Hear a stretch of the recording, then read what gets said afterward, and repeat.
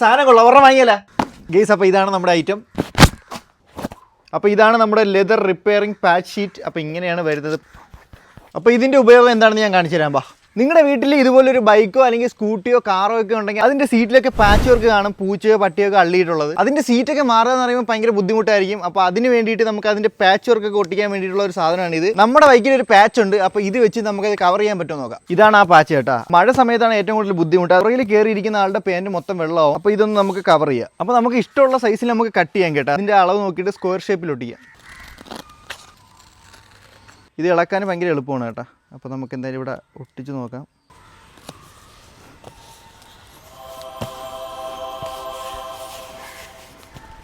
Case അപ്പോൾ നമ്മൾ ഒട്ടിച്ചത് അടിപൊളിയായിട്ട് ഒട്ടിയിട്ടുണ്ട്. അപ്പോൾ നിങ്ങൾക്ക് നിങ്ങളുടെ സ്കൂട്ടിയിലോ അല്ലെങ്കിൽ നിങ്ങളുടെ ബൈക്കിലോ കാറിലോ ഒക്കെ ഇതുപോലെ സ്ക്രാച്ചോ പാച്ച് വർക്കോ എന്തെങ്കിലും ഉണ്ടെങ്കിൽ നിങ്ങൾക്ക് ട്രൈ ചെയ്യാം. കേസ് അപ്പോൾ നമ്മുടെ വാപ്പാര ആട്ടോയുടെ മേളിൽ ചെറിയൊരു പാച്ച് വർക്ക് ഉണ്ട്. അപ്പോൾ നമുക്ക് അത് ഒട്ടിക്കാം കേട്ടോ. നിങ്ങൾക്ക് ഇഷ്ടമുള്ള ലെവലിൽ കീറി എടുക്കാൻ കേട്ടോ.